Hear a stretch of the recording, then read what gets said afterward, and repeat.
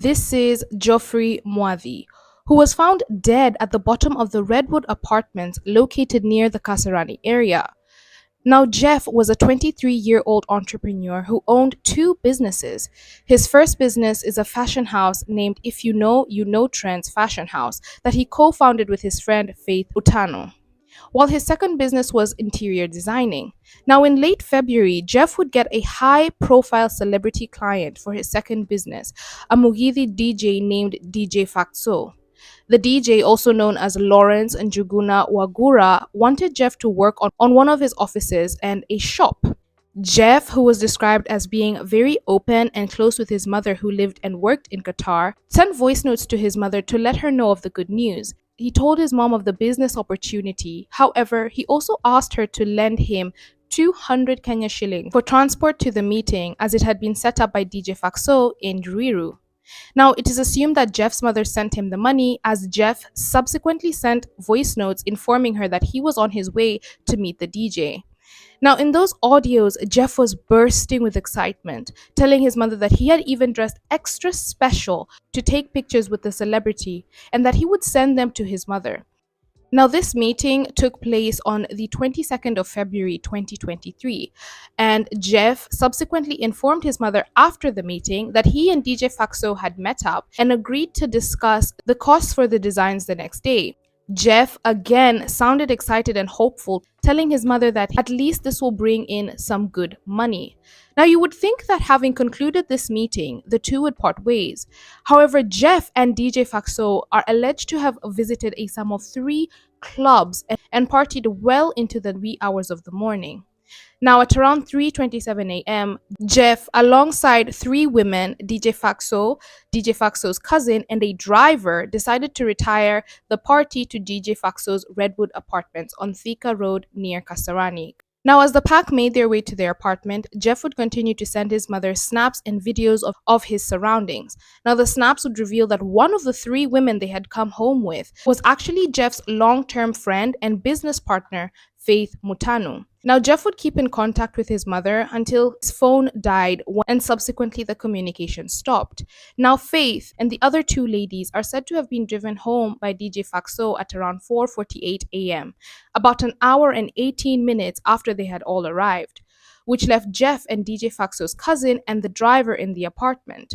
Now, at 5:40 a.m., around 52 minutes after DJ Faxo and the ladies had left, Faxo's cousin and the driver are captured by CCTV on the ground floor, looking around without Jeff. Now, during their search of the grounds, the cousin is seen opening a toilet on the ground floor, and then he proceeds to make a phone call that lasts a few seconds. After hanging up on the two immediately made their way back up to the apartment, where it is assumed that Jeff was waiting for them, considering that he had not yet left the apartment.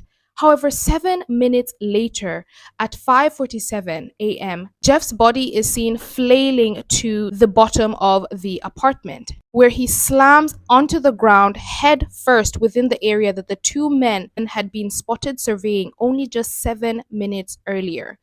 Now, the scene was heartbreaking as the contents of Jeff's head made their way out due to the impact upon collision with the ground. In addition, Jeff was found with his pants below his knees, and he was further facing the ground as opposed to facing upward. Now, management found Jeff's body outside the apartment complex, and they assumed that Jeff had probably fallen out from a window, considering the side of the apartment that he was on. However, when they looked up, all the windows were closed. The management then decided to go and knock on the apartment doors of the tenants living on that side of the building. Every tenant opened the door except DJ Faxo's apartment. As all of this is happening, the driver and Faxo's cousin were upstairs on a live streaming session that they had started only 2 minutes after Jeff's body had been seen falling on the CCTV. Now, according to sources, DJ Faxo says he came back home at around 9 a.m., went upstairs and slept only to be awakened by neighbors upon the discovery of Jeff's body almost 4 hours later. DJ Faxo is said to have come down, looked at Jeff's body, and he had no remorse showing on his face. He then made his way back into the building. Now, upon police questioning DJ Faxo and the two men, they reported that Jeff jumped from the window of DJ Faxo's 10th floor apartment. Now, Jeff's family refuses to believe this version of events. Firstly, they argue that Jeff had no previous or current episodes of depression. Moreover, Jeff is said to have been due to leave for school abroad in the coming months, so he had a lot to look forward to. Thirdly, concerns in the public have come up considering the fact that many people living within the apartment complex have taken pictures of the window that Jeff is alleged to have jumped through. People have brought up the concern that the window doesn't seem large enough for Jeff to have fit through without being stuffed in. In addition, questions were brought up regarding the validity of fact concerning the fact that Jeff jumped out of the window. Because remember, management looked up and said that they saw no windows open. If Jeff was the one who certainly jumped to his demise, then the window would have certainly been left open. So who closed the window after Jeff jumped? Furthermore, the public also had questions concerning the fact that Jeff was found with his pants pulled down. If he was the one who flung himself out of the window, then how could this have been possible? Jeff's girlfriend has also recently cast a lot of suspicion on Faith Mutana, Jeff's friend and business partner, and one of the three women present on the night. She called Jeff's girlfriend the next day at 7 p.m. asking if Jeff had come home that morning, and then randomly questioned Jeff's girlfriend if it's true that Samido, another popular celebrity, was actually Jeff's uncle, to which his girlfriend responded that he was. Now, Faith claimed that DJ Fatxo had left the house that morning at 7 a.m. to go to the studio, and she says that he had left Jeff asleep that morning. She then claims that DJ Fatxo came home at around 11 a.m. when he found that Jeff had left. During conversation with Jeff's girlfriend, Faith is alleged to have said that Jeff eventually left the house in slippers and left his shoes and his jacket over at DJ Fatxo's house. Now, upon being further questioned by Jeff's girlfriend, Faith was alleged to have said that Jeff could not have left the building without a biometric scan of someone who lived there, so he may have passed out on the rooftop. She then subsequently said that maybe he did in fact leave and that he went to his friend's house. Now, the contradictory statements alleged to have been given by Faith do cast further suspicion on this entire story. Now, Jeff would eventually be buried, and it is alleged that he was buried before a post-mortem could be carried out on him. However, reports have come out that DJ Fatxo posted a cryptic message on his Facebook only days before his burial. The message is alleged to have read, "Today I have decided to remind you that the wages of sin is death." Now, I will disclaim yet again that this is an ongoing case. Therefore, anything that has been said here has not been verified by a court of law and is simply a compilation of online sources. I will keep you updated on any new details. I've spent the whole morning researching about Jeff's case, may he rest in peace. And there are notable incidences that I've collected from the data I've gotten. And I want you to come along with me because the math is not mathing. So I've written everything down because I need to understand this situation because the math is still not mathing, okay? So we have 3:27 in the AM. Who arrives at Fatso's apartment? We have Fatso himself, we have Jeff, we have the cousin, we have the driver and three ladies. Sawa. Higher. And then at 4:48 in the AM, Fatso and the three ladies leave. Now, I have several questions here. What happened here? Because we've seen a video of Jeff inside the apartment, taking, the surroundings inside the apartment, which is also a question we need to consider in this case. Sawa. We also need to know whether Jeff was alive by the time Fatso and the three ladies were leaving. So that is an unknown. We don't know in this case. Sawa. Higher. We have 4:48 AM. 4:48 AM, Fatso leaves, the three ladies leave, okay? So apparently Fatso was dropping off these three ladies. Yeah.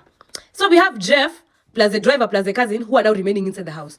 Jeff, at this point, we don't know whether Jeff is alive or dead. I want you to keep that in mind, okay? We don't know whether Jeff is alive or dead. Now, 52 minutes later, that is 5:40 in the AM, 5:40 in the AM, the cousin and the driver are seen looking around.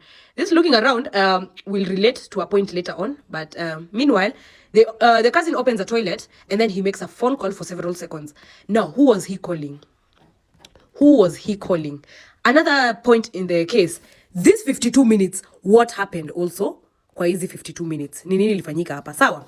Now, 7 minutes later, that is 5:47 in the AM, a body flies down. Sawa. It flies down where? The exact place whereby the cousin and the driver were looking around. Sawa. Put that in mind, okay? Now, the pants had been drawn to the knees, which is a question of the day. Could have been a case of sodomy. We don't know. Now, the face was up. No, I've written here reflex. Okay, sorry for the messy handwriting. No, reflexes. For those who know biology, for those who did biology, you remember a thing about reflexes, you know? So when you're falling, your body will tend to turn so that you can have a visual of where you're falling. Why was the face up? And the face being up, so meaning the contents of the head spilled out. Sawa. Aya. 2 minutes later, that is 5:49 in the AM, we have the cousin and the driver going live, you know, I'm live streaming. I don't know who was playing a guitar. That is what we call an alibi. But then 2 minutes later, if at all this was a case of suicide, okay? If at all Jeff had killed himself, sawa. In 2 minutes, watu wangekuwa wanaangalia from the window to check what is happening. Sawa. Ama they will have at least try to see what is happening, because I'm assuming by the time someone falls, there's noise, there's sound, okay? Which does not make sense. Now, minutes after 9 a.m., we have Fatxo returning. He comes back to his apartment. So he looks at the body and then he goes to his house. Apparently, some witnesses were saying that he was not remorseful. He had no shock in his face, which is another point in this case that needs to be investigated, okay? Now, here we are working with hypothesis, okay? And we have various unknowns in this case. Number one, what happened between 3:27 a.m. and 4:48 a.m.? What happened up katikati? We need to know. Number two, when Fatxo and the three ladies, were leaving at 4:48 a.m., was Jeff alive? If at all he was alive, what state was he in? Was he sober? Was he intoxicated? We need to know. Okay? If he was not alive, that makes Fatxo and the three ladies suspects, together with the driver and the cousin. So it means all of them are involved in the case. That is, if at all, Jeff was dead by the time Fatxo and the three ladies were leaving. Okay? Now, let's continue. If at all Jeff was alive when Fatxo and the three ladies were leaving, what happened in these 52 minutes between Jeff, the driver, and the cousin? Okay? What happened hapa katikati? Now, at 5:40 a.m., what was it that the cousin and the driver were looking around for? Okay? Why were they looking around? Why did the cousin open a toilet? Who was this who was being called at 5:40 in the AM prior to the body flying down? Nani huyo alikuwa anapigiwa by the cousin? Okay? That is a hypothesis we also need, that needs to be tested more or less. The truth needs to come out, okay? Now, at 5:47 a.m., we see the body flying down. From the reports given from the management of the apartment complex, no window was open at that time. So, how fast did they manage to fly the body down and close the window? Okay? Number two, pants to knees. Is this a case of sodomy that we don't know? Was Jeff sodomized before he died? That is one thing we also need to know. The face was up. Back to the thing about reflexes. Why was Jeff's face up? Which brings us to this point of, was Jeff alive by the time he was flying down? Moving on swiftly, let's go to 5:49 in the AM, okay? 5:49 in the AM, the cousin and the driver live stream, which is clearly an alibi, okay?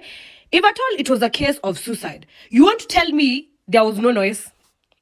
Noise was not a variable in this case. Because if at all someone had fallen, there had to be noise, whereby these two will come and check, Allah, what is going on, okay? Another thing, when the management said when the body was falling down, no window was open, how fast was the window closed by a dying man who was committing suicide? So there's a point I did not add. At 6 a.m., the management of the apartment complex came knocking around people's doors, inquiring about the situation, okay?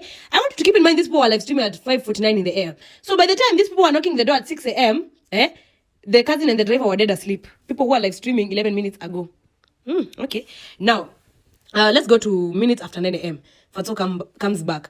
Can we have a detailed explanation of where Fatxo was with evidence? He looks at the body, and some of the people say he did not have remorse, he was not shocked.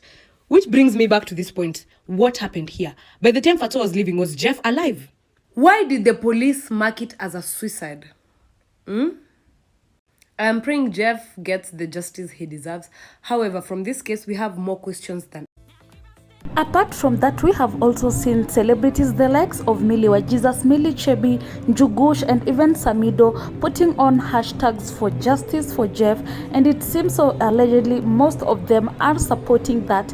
They are wishing that justice will prevail, especially when it comes to this case. But all these things are allegedly, so let us know your thoughts in the comment section. What do you think about all this? Because many of the Kenyans have been saddened by these incidents, and most of them, including celebrities, want justice for Jeff. So with all that analyzed, let us know what you think about all this in the comment section. Give this video a big thumbs up, comment down below. If you're new or you have never subscribed to our channel, hit the subscribe button, hit that notification bell to always get notified every time we post. And so guys, till next time, bye bye.